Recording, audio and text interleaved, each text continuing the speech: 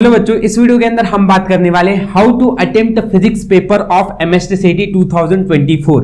रात के बज रहे हैं 12। मैं इस समय ये वीडियो आपके सामने बना रहा हूं और हम इस वीडियो के अंदर देखेंगे डिटेल में कि आपके सामने मैं आप लोगों को प्रैक्टिकली क्वेश्चन सॉल्व करा के बताऊंगा कि कैसे आप फिजिक्स के पेपर को अटेम्प्ट करने वाले हो।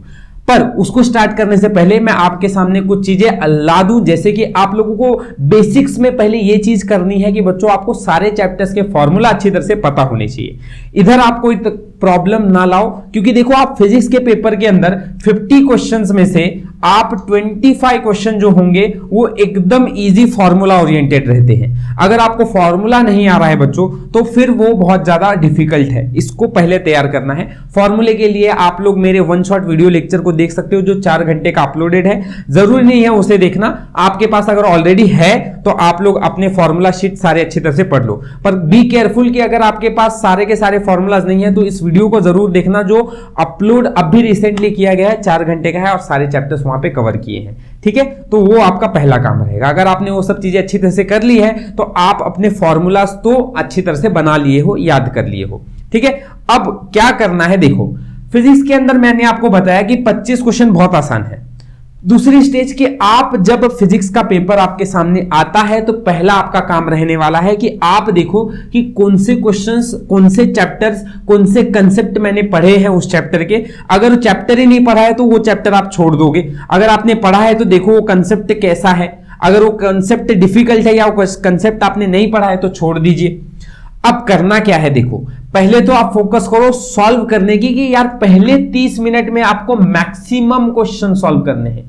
इस 30 मिनट के अंदर आप कोशिश करो कि यार आप 30 से 25 क्वेश्चन तो बना ही ले रहे हो। ठीक है, और ये 25 से 30 क्वेश्चन जो है वो ऑब्वियसली इजी होने वाले हैं, जिसका आपको सिर्फ फॉर्मूला पता है और कैलकुलेशन आता है तो आप निकाल लोगे।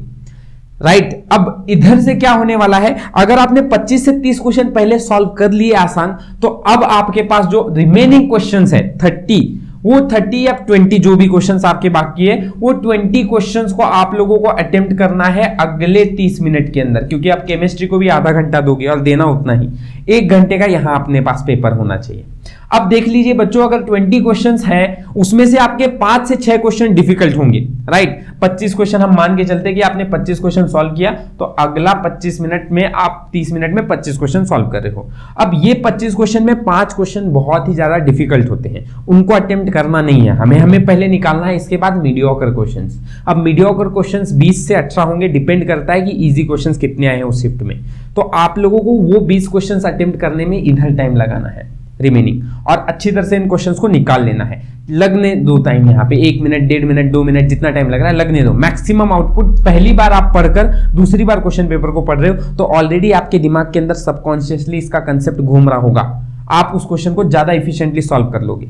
अच्छा, दूसरी इंपॉर्टेंट चीज, मैक्सिमम कितना टाइम देना है, देखो कोई भी क्वेश्चन को ज्यादा से ज्यादा 1.5 मिनट से ऊपर मत दो। ठीक है, आपके पास 90 सेकंड से, ठीक है, एक क्वेश्चन को सॉल्व करने के लिए 90 सेकंड बहुत ज्यादा समय है, इससे ज्यादा टाइम मत दो। ठीक है, चलिए, तो इस तरह से आप लोगों का पहले हो गया प्रैक्टिकली जो चीजें मैं आप लोगों को बताना चाहता था कि आप पेपर में इस चीज को ध्यान पहले रखो। ठीक है, दूसरी बात, अब पेपर मेरे सामने भी है, मैंने 2019 का पेपर रखा है और इसके अंदर मैं आप लोगों को बताऊंगा कि क्वेश्चंस को मैं कैसे अप्रोच कर रहा हूं सॉल्व करते समय। यही चीज आप लोगों को भी करनी है। पहला चीज, 2019 का क्वेश्चन पेपर है, ये इसलिए लिया गया है क्योंकि मैंने 2023 और 2022 के पहले भी बहुत बार आप लोगों को बताए हैं कुछ चीजें। ठीक है, तो अब पेपर का पैटर्न वही रहता है, उसके बारे में मत सोचो, क्वेश्चन को देखो। देखो क्वेश्चन आप लोगों का मैंने ऑलरेडी बहुत चीजें एनालिसिस करके ही आपके सामने वीडियो ला रहा हूं, इसलिए बहुत सी चीजें मैंने आप लोगों के सामने ही लिखी है।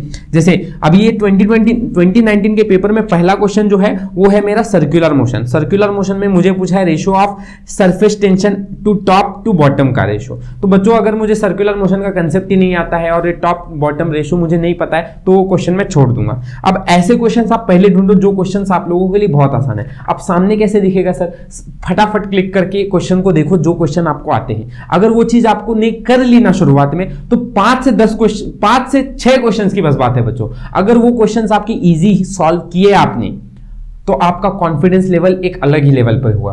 अगर वो कॉन्फिडेंस लेवल आपको मिल गया ना तो यार जो क्वेश्चन आपके नहीं भी बन रहे ना तो आप उनको सॉल्व कर पाते हो, आप लोगों के अंदर एक कॉन्फिडेंस आ जाता है, कंसेप्ट याद आने लग जाते हैं।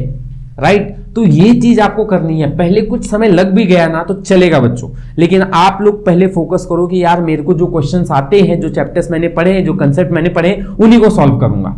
ठीक है, अपने टेंशन को रिलैक्स लेकर जाऊंगा और अच्छी तरह से कॉन्सेप्ट को याद करके पेपर सॉल्व करूंगा। अब जैसे क्वेश्चन 2, ये ईएमआई का है, अब ये क्वेश्चन मुझे नहीं आता है। थर्ड मेरा मेजरमेंट से मुझे नहीं आता है। फोर्थ भी जो है वो pipe open and close pipe का है, तो थोड़ा कंसेप्ट डिफिकल्ट है क्योंकि ऑप्शन और क्वेश्चन बड़ा सा है। लेकिन अगला क्वेश्चन जैसे ही मैं देखता हूं 5वें नंबर का, ये क्वेश्चन यार मैंने देखा कि यहाँ पे मुझे बोला है कि सीपी एंड सीवी ये मेरी जो है वो कांस्टेंट प्रेशर और कांस्टेंट वॉल्यूम पे रेशोस दिए हैं, और वहां पे आप लोगों को बोला है कि आर यूनिवर्सल गैस कांस्टेंट है, मुझे बताओ कि what will be the value of CP. अब ये क्वेश्चन बच्चों मैंने आपको डायरेक्ट है ना इंपॉर्टेंट रिपीटिंग क्वेश्चन जो जस्ट 10 सेकंड्स में आप सॉल्व करते हो इसमें भी बोला हुआ था, और इसका आंसर आपको बताया भी था कि R gamma upon gamma minus 1 होता है। राइट, अब ये ऑप्शन आपका मैच कर रहा है बच्चों। अगर उस ऑप्शन को आपने टिक कर लिया तो यार ये क्वेश्चन सॉल्व करने में लगा कितना सेकंड बच्चों? 5 सेकंड, बस 5 सेकंड के अंदर आपने सॉल्व किया। बहुत अच्छी बात, आगे निकल जाओ। तो इस तरह से आप क्वेश्चन को ढूंढ कर अच्छी तरह से पकड़ लो। शुरुआत में आपको इसको टाइम नहीं लगेगा और आप आराम से क्वेश्चन सॉल्व कर सकते हो। सिमिलर क्वेश्चन ही मेरा क्वेश्चन 6 है, उसके नीचे मैं देख रहा हूं यार ये भी क्वेश्चन मेरा, अगर मेरे को फॉर्मूला पता है ना और कैलकुलेशन आता है तो निकल जाएगा। ये क्या है? एक एलसीआर सर्किट दिया और आपको आर एल सी ओमेगा और ये सब की वैल्यू दी है और बोला है जेड, मतलब इंपीडेंस निकालने को बोला था। तो इंपीडेंस का फॉर्मूला क्या होता है बच्चों? Under root R square plus XL minus XC का होल स्क्वायर, ये होता है इंपीडेंस का फॉर्मूला।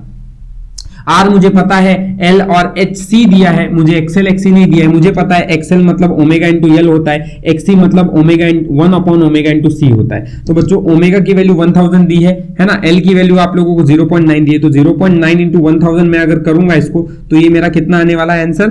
900 समथिंग वाट आएगा। राइट बच्चों, यस। एक्ससी अगर निकालने जाऊंगा तो ओमेगा 1000 है और सी की वैल्यू मेरी 2 है, माइक्रो में है मतलब -6। तो अगर आप इसको देखोगे तो 0.5 इंटू 10⁻³ आ रहा है, दैट इज 500 आएगा।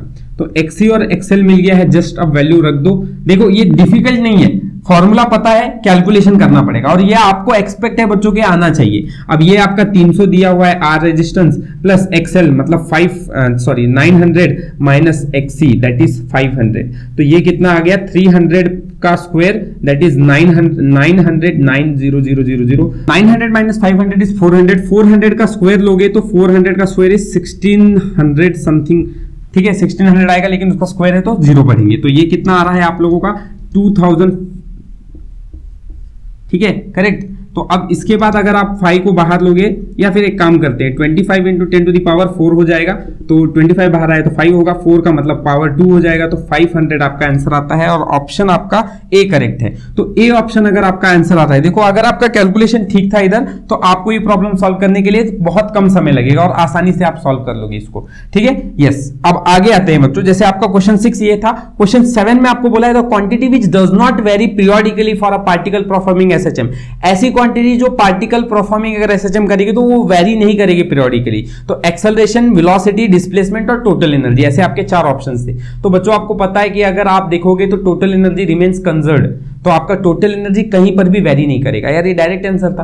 तो आप लोग ऐसे टाइप के क्वेश्चंस पहले ढूंढो यार जहां आपका कैलकुलेशन है और जहां पे आपका फॉर्मूला लगना है और थ्योरी है, जैसे आप देखते सॉल्व कर लोगे। अगर आपने ऐसे 5 क्वेश्चंस भी निकाले ना बच्चों, ऐसे बहुत से क्वेश्चंस हैं अब इसके अंदर, पर मैं आपके सामने से 3-4 डेमो रखना चाहता था कि यार आपको क्वेश्चन डिसाइड कैसे करना है कि यार ये क्वेश्चन मेरे से सॉल्व करना है मुझे और ये क्वेश्चन नहीं सॉल्व करना है। ठीक है, अगर आपने ये क्वेश्चन को सॉल्व करने में देखोगे, कैलकुलेशंस अगर आप लोग देखोगे तो मैं बताते समय आप लोगों को आराम से बता रहा हूं यार, ये फॉर्मूला रखते ही आपकी सारी वैल्यूज आपके सामने रखकर सॉल्व हो गया। ज्यादा से ज्यादा 30 सेकंड से 40 सेकंड लगने वाला है। राइट, तो ये सारी चीजें आप फोकस करो कि यार कौन से क्वेश्चन जो मेरे लिए हैं वो आसान है और कौन से क्वेश्चन है जो मैंने पढ़े हैं और पहले मैं उनको सॉल्व करके मैक्सिमम अपना आउटपुट निकालूं। ठीक है, और जिससे मेरा कॉन्फिडेंस बढ़ेगा तो यार मेरे को इजी क्वेश्चंस भी जो मीडियोकर है, जो मुझे नहीं याद आ रहे हैं ना, वो भी रिलैक्सेशन के बाद याद आने लग जाएंगे। मैं क्वेश्चंस और पेपर को अच्छी तरह से सॉल्व कर लूंगा। ठीक है, इस तरह से आपकी स्ट्रैटेजी होनी चाहिए while solving any physics paper. इसको ध्यान से देख लेना पेपर सारी चीजों को, और इस तरह से अपने रूल्स अपने सारे पेपर को मेंटेन करो। ठीक है, चलिए, तो आई होप सो ये वीडियो आपको अच्छा लगा होगा और सारी चीजें आपको अच्छी तरह से समझ में आई होगी। वीडियो अच्छा लगा है तो लाइक, शेयर एंड सब्सक्राइब जरूर कर लेना। Thank you for watching.